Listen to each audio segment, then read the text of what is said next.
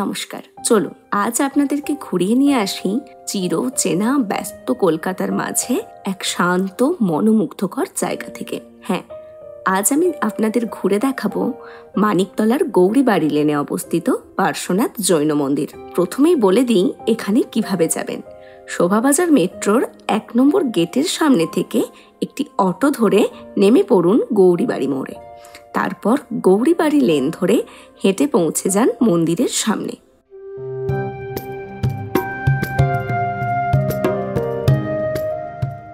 Main রাস্তা থেকে মন্দিরের দ্বার পর্যন্ত যেতে আপনাদের চোখে পড়বে জৈন ধর্মের ইতিহাস ও দর্শন সম্বলিত মনোমুগ্ধকর শিল্পকর্ম। দেখুন প্রতিটি কাজ কত নিখুঁত আর সুন্দর তো বটেই। আমার বেশ কিছুটা সময় তো দেওয়ালের সুন্দর কারুকার্য দেখতে দেখতেই কেটে গেল। চলুন এবার মন্দির চত্বরে প্রবেশ করি।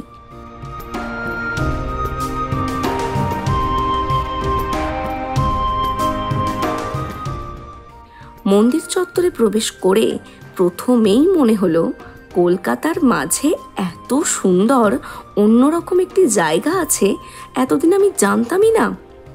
মন্দিরটি সর্বসাধারণের জন্য খোলা থাকে সকাল 6:30 থেকে সকাল 11:30 পর্যন্ত এবং দুপুর 3:30 থেকে সন্ধ্যা 7টা পর্যন্ত। আমি এসেছি বিকেল 4টেই। আপনারা যদি ভিডিওর উদ্দেশ্যে এখানে আসেন তাহলে সকালের সময়টাই আসা ভালো, কারণ মন্দিরটি পূর্বমুখী হওয়ায় সকালে সূর্যের পুরো আলোটা মন্দিরের ওপর পড়ে।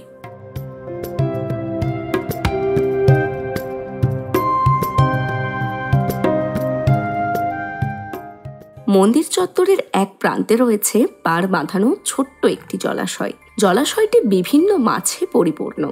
এই জলাশয়ের পাড়ে দাঁড়ালে আপনার চোখে পড়বে বিভিন্ন মাছ ও অসংখ্য পায়রা।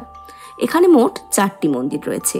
তার মধ্যে প্রধান মন্দিরটি হলো শীতলনাথ মন্দির।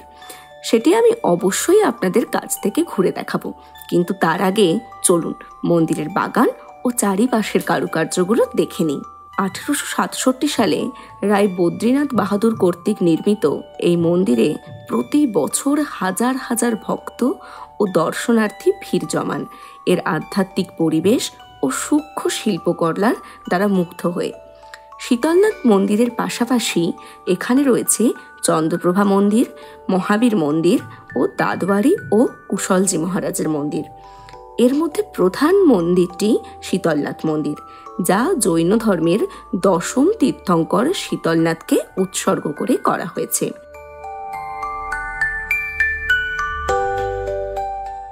ধর্মীয় গুরুত্বের পাশাপাশি শীতলনাথ জৈন মন্দির এক অপূর্ব সৌন্দর্যের প্রতীক।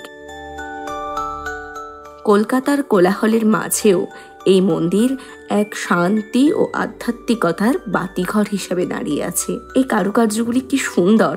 এত সুন্দর ভাস্কর্য এবং শিল্পকে চোখের সাথে সাথে ফোনেও বন্দি করার জন্য কিছু ছবি তুলে নিলাম। এখানে মন্দিরের মূল গর্ভগৃহ ছাড়া সব জায়গাতেই ছবি ও ভিডিও নেওয়া যায়।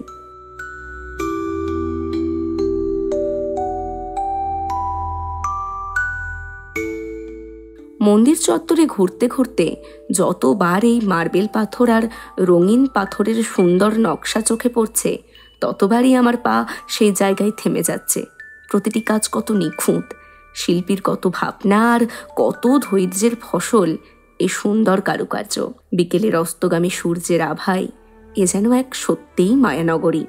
চারিপাশটা কি সুন্দর সাজানো গোছানো আর নানান রকম দেশি বিদেশি গাছে পরিপূর্ণ। বাগানের ঠিক মাঝখানেই রয়েছে একটি অপূর্ব সুন্দর ঝর্ণা।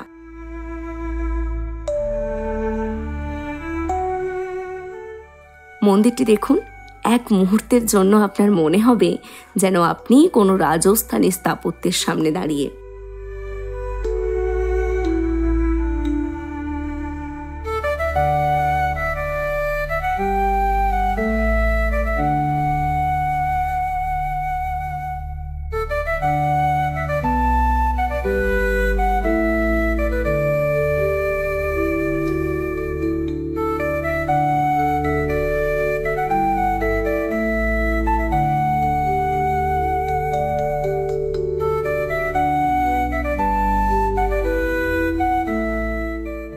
মন্দিরটির ঠিক পাশেই রয়েছে একটি সুন্দর গোলাপের বাগান।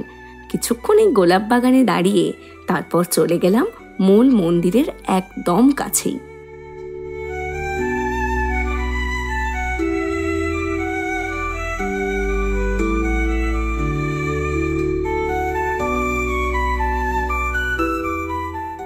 মন্দিরের দেওয়াল, ছাদ ও স্তম্ভগুলি মোজাইক রঙিন কাচের সমৃদ্ধ।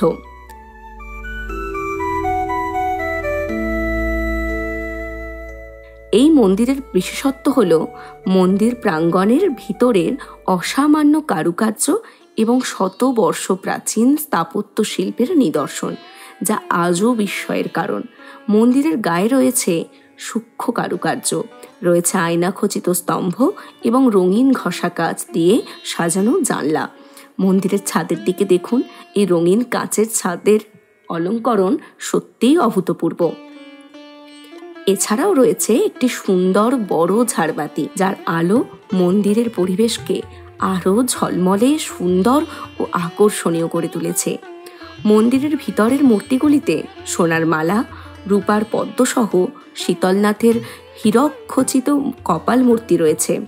কথিত আছে এই মন্দিরের গর্ভগৃহের ভেতরে রয়েছে একটি ঘিয়ের প্রদীপ, যা একটানা 1867 সাল থেকে 158 বছর ধরে জ্বলে আসছে, অর্থাৎ অখণ্ড জ্যোতি। এবং এও শোনা যায় যে এই প্রদীপের নাকি কালি পড়ে না। আধ্যাত্মিকতা ও শিল্পের এক সুন্দর মেলবন্ধনের এই ঠিকানা থেকে যে কোনো একদিন এসে ঘুরে যান, আর আমার মতোই এত সুন্দর একটি দিন স্মৃতির পাতায় যোগ করে নিন।